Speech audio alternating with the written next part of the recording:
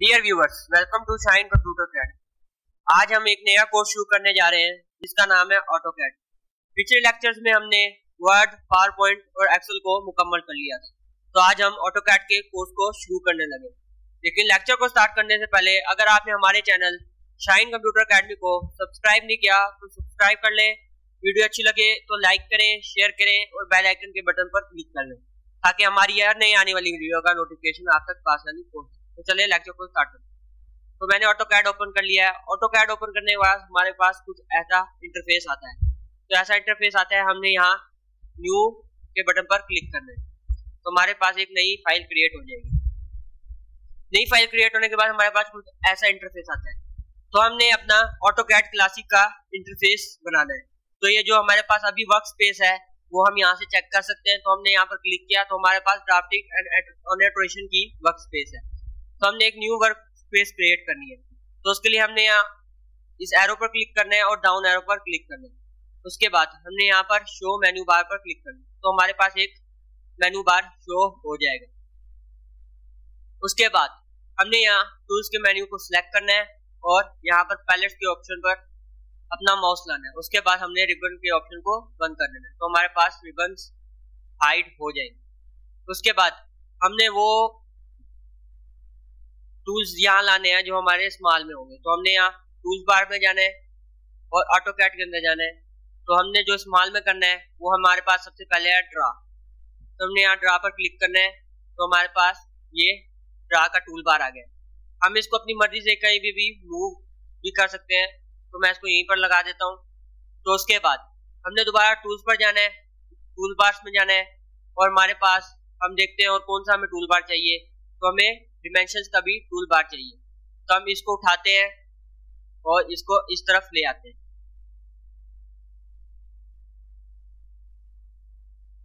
तो हम दोबारा टूल बार में गए और हम यहाँ से लेयर्स के भी टूल बार को ले आते हैं।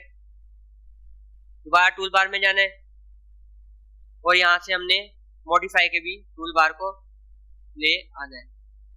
तो मॉडिफाई के टूल बार को ले आने के बाद हम इसको यहाँ पर प्लेस करते हैं इसके साथ।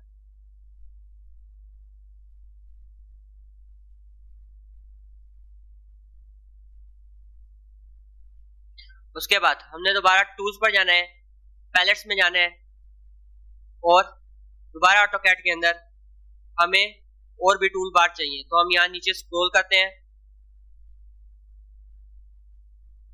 और ये हमें प्रॉपर्टीज का टूल बार भी चाहिए। तो हम प्रॉपर्टीज पर क्लिक करते हैं तो हमारे पास प्रॉपर्टीज का टूल बार भी यहाँ पर आ जाएगा। आप अपनी मर्जी से इसे कहीं भी मूव करके प्लेस कर सकते हैं। प्रॉपर्टीज के टूल बार के बाद हमें एक और चाहिए टूल बार, वो है स्टाइल्स का टूल बार। तो हम स्टाइल्स पर क्लिक करेंगे तो वो यहाँ पर भी प्लेस हो जाएगा।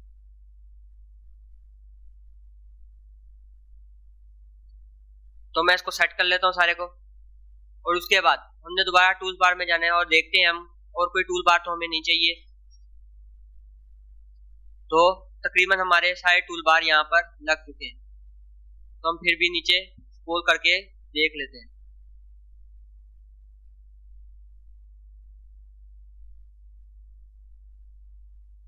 और हमें ड्रा ऑर्डर का टूल बार भी चाहिए। तो हमने ड्रा ऑर्डर का टूल बार भी यहाँ पर लगा लिया है। तो मैं इसको सेट कर लेता हूँ।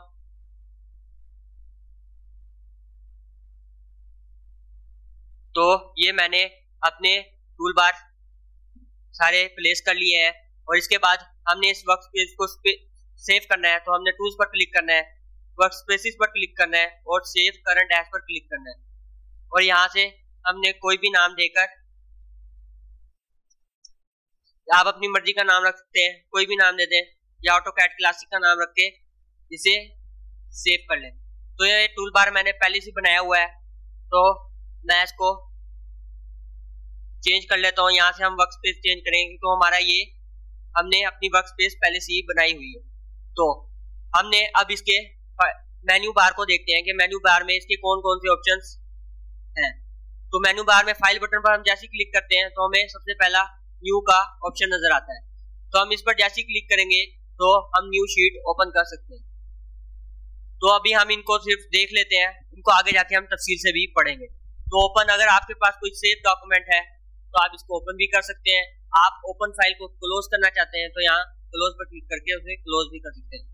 अगर आप सेव करना चाहते हैं फाइल को, आप यहाँ सेव पर क्लिक करके सेव भी कर सकते हैं।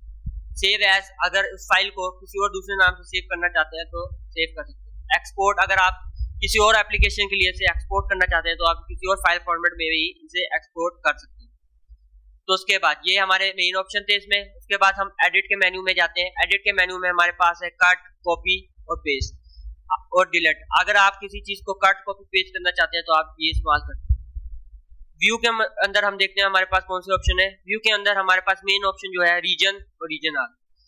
इस कमांड का इस्तेमाल हम इस तरह कर सकते हैं कि अगर आपके पास कोई फाइल सेव है और उसे आप काफी टाइम बाद ओपन करते हैं तो आप देखते हैं कि उस फाइल में थोड़ी सी डिस्टॉर्शन है, यानी कि आपको कोई लाइन टेढ़ी सी नजर आ रही है हल्की फुल्की।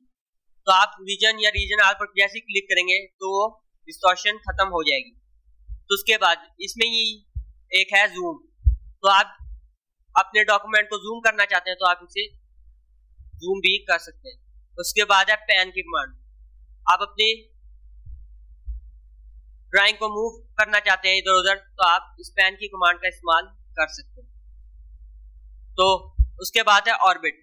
तो हम यहाँ ऑर्बिट पर जैसे ही माउस को लेंगे और कंस्ट्रेंट ऑर्बिट पर और फ्री ऑर्बिट पर क्लिक करेंगे तो ये देखिए हम अपनी ड्राइंग को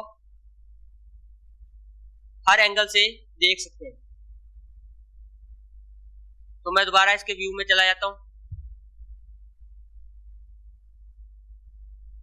और उसके बाद व्यू के अंदर हम देखते हैं और क्या कमांड है।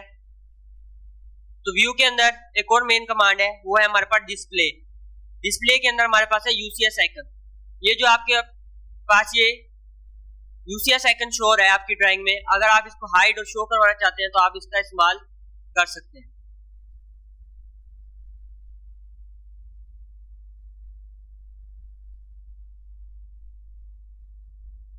तो मैं यहाँ ये डिस्प्ले में जाता हूँ, यूसीएस आइकन पे जाता हूँ और ये अभी ऑन हुआ है। इसको जैसे ऑफ करूंगा ये देखें वो हाइड हो गया है। तो अगर मैं इसको दोबारा ऑन करना चाहता हूँ, मैंने व्यू में जाना है, डिस्प्ले में जाना है और यूसीएस आइकन के अंदर इसे ऑन कर देना। तो उसके बाद नेक्स्ट जो मेन्यू है हमारे पास वो है इंसर्ट का। इंसर्ट के मेन्यू में हम कोई चीज फाइल में अपनी इंसर्ट करना चाहते हैं तो हम वो इंसर्ट कर सकते हैं। आप कोई पीडीएफ इंसर्ट कर सकते हैं, इमेज इंसर्ट कर सकते हैं। तो मैं इमेज इंसर्ट करके दिखाता हूं। तो मैंने यहाँ रास्टर इमेज पर क्लिक किया और जहां हमारे पास इमेज पड़ी है हम उधर जाते हैं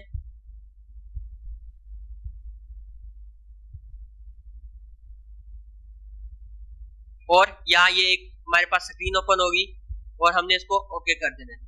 और जैसे ही हम यहाँ इसको प्लेस करेंगे तो ये देखिए हमारी स्क्रीन में ये प्लेस हो गई है।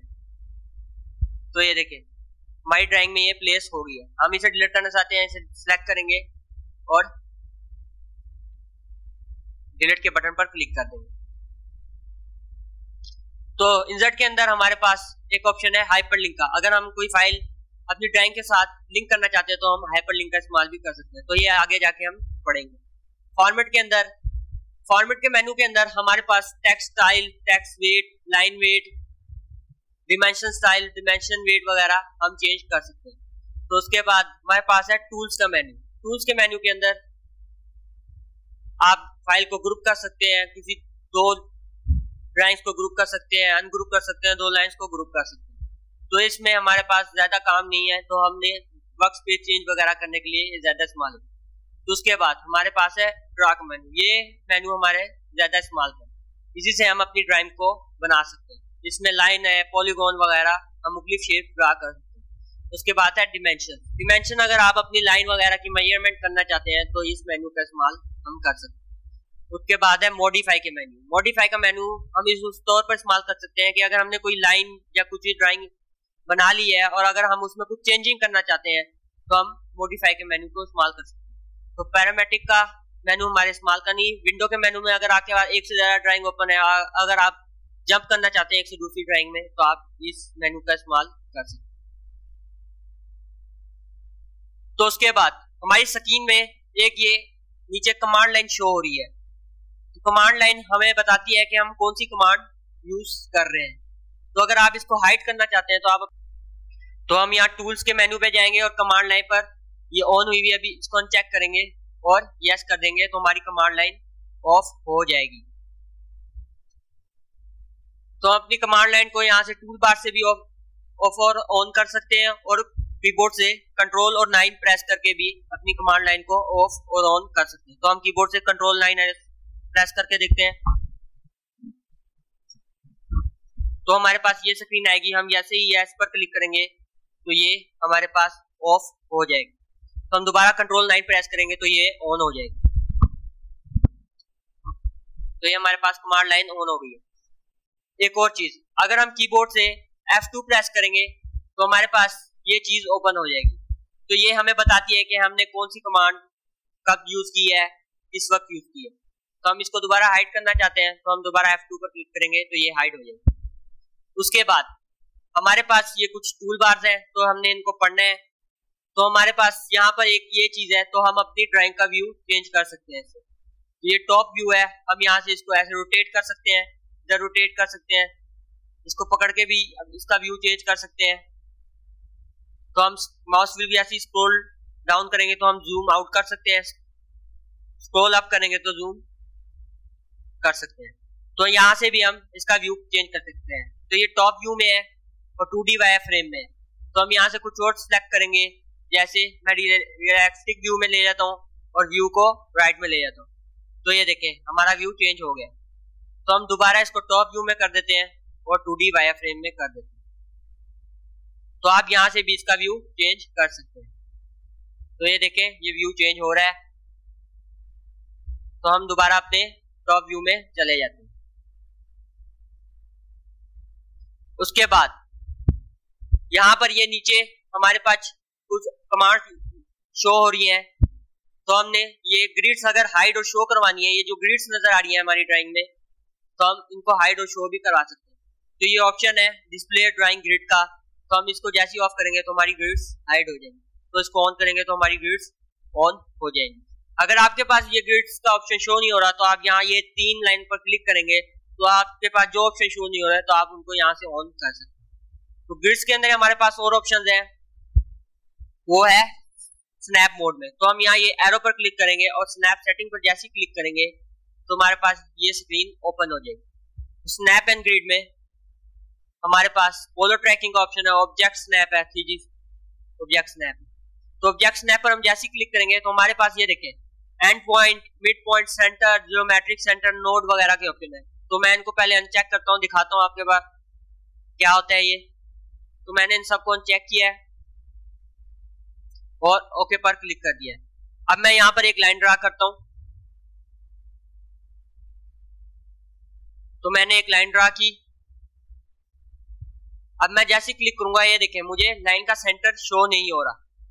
तो हम यहाँ से ऑब्जेक्ट स्नैप पर जैसे क्लिक करेंगे और स्नैप सेटिंग पर क्लिक करेंगे और ऑब्जेक्ट स्नैप पर क्लिक करेंगे तो हम एंड पॉइंट भी ऑन कर सकते हैं और या सारे ऑप्शन भी ऑन कर सकते हैं।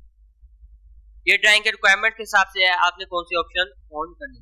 तो मैंने यहाँ ये ऑन कर लिया है।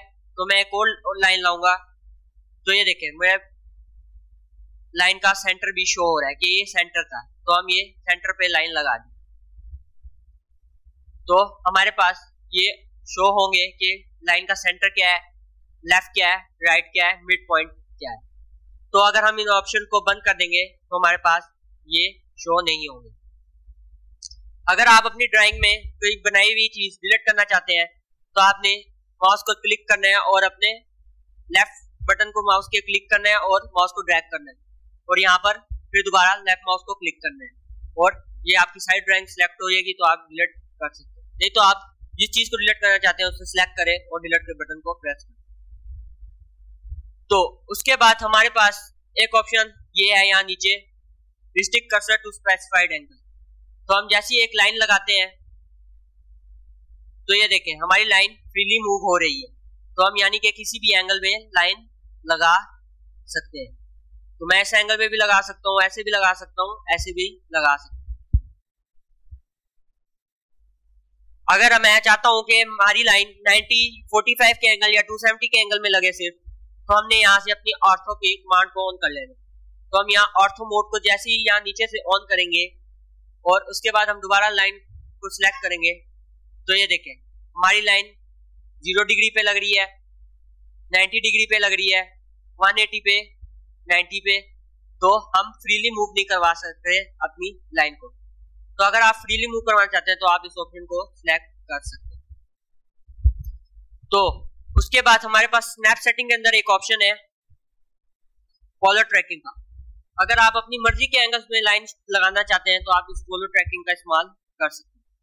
तो मैं यहाँ से न्यू पर क्लिक करूंगा जैसे, और अब मैं अपनी मर्जी के एंगल दूंगा 45, फिर दोबारा न्यू पर क्लिक करूंगा 90, फिर दोबारा न्यू पर क्लिक करूंगा 120।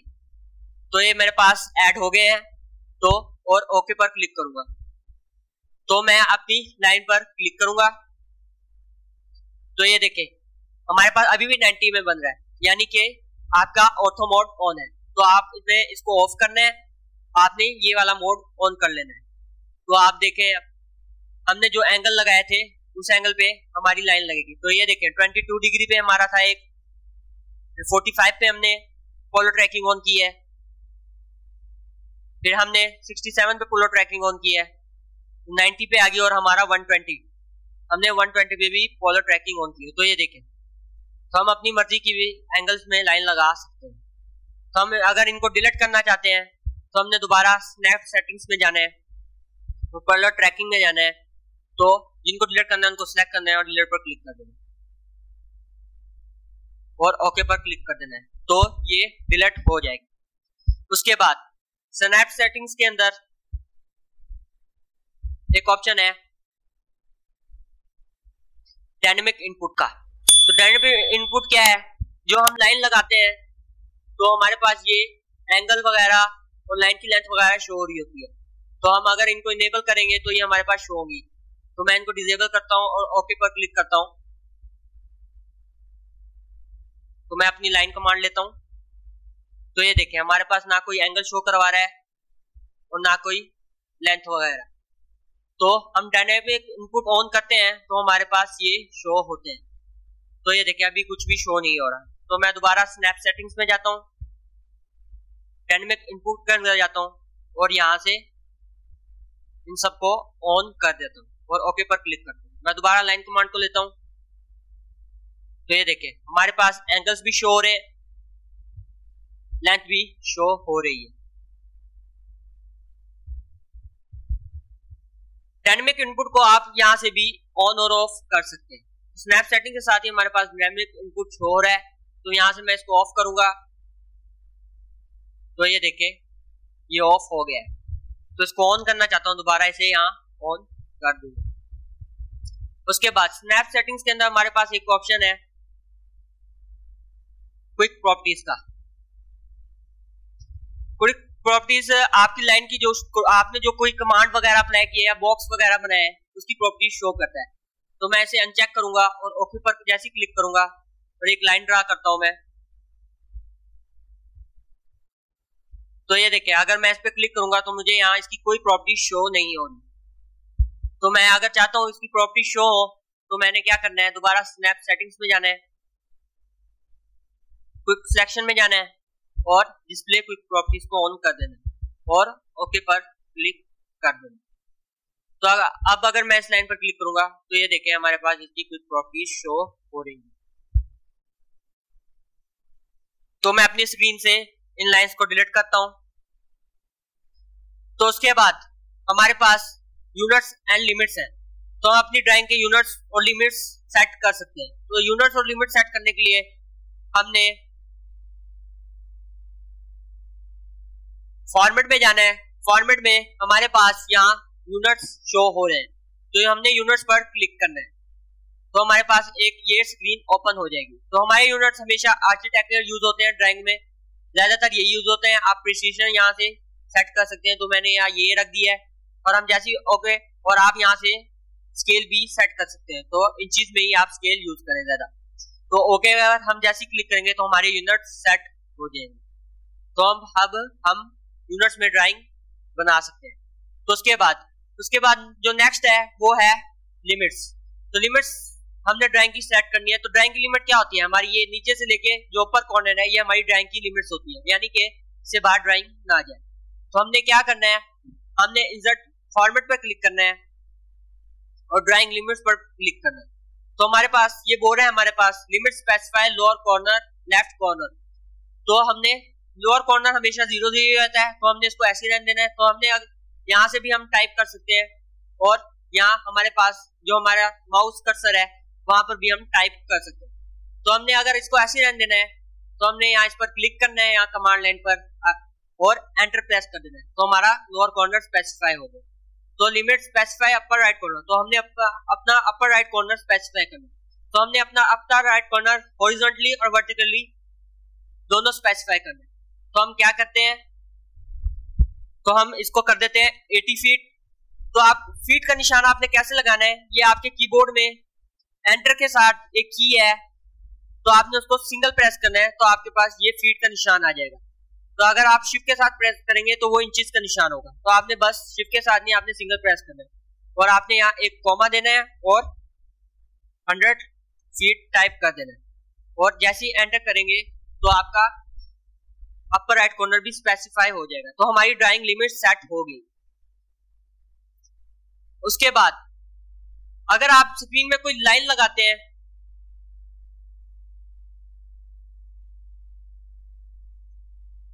और वो अगर आपकी स्क्रीन से बाहर चली जाती है, तो आप इसके बाद हमारे पास जो सबसे पहली हमारे पास टूल है या कमांड है वो हमारे पास है लाइन की कमांड।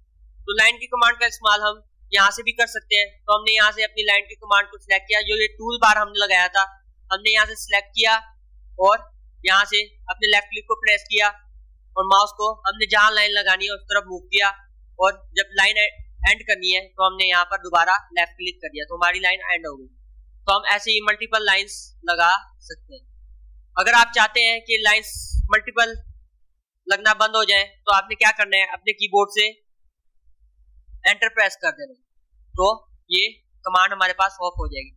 और अगर आप चाहते हैं कि आप ये कमांड दोबारा ऑन करें तो आप यहाँ से क्लिक करने पर आया है, दोबारा कीबोर्ड से एंटर प्रेस करें तो आपके पास दोबारा लाइन की कमांड एक्टिवेट हो जाएगी। तो आप अगर एस्केप प्रेस करेंगे तो आपके पास ये कमांड ऑफ हो जाएगी, लेकिन ये एंटर प्रेस करने से दोबारा एक्टिवेट नहीं होगी अगर आप एस्केप से इसे ऑफ करें। तो मैं सबको डिलीट करता हूं। आप लाइन की कमांड यहाँ अपना माउस कर्सर है जहां आप वहीं रहते जहां आपका माउस कर्सर है, आप कीबोर्ड से यहाँ पर लाइन भी टाइप करेंगे तो आपके पास ये कमांड शो हो रही है। आप जैसे एंटर प्रेस करेंगे तो आप यहाँ से भी लाइन की कमांड को एक्टिवेट कर सकते हैं। उसके बाद हमारे पास तीसरा जो तरीका है, आपने यहाँ ड्रा के मेन्यू पर क्लिक करना है और यहाँ पर लाइन की कमांड को पिक करना है, तो आप यहाँ से भी लाइन की कमांड को एक्टिवेट कर सकते हैं। तो ये था हमारा आज का लेक्चर। नेक्स्ट लेक्चर में हम इसकी और कमांड्स को पढ़ेंगे।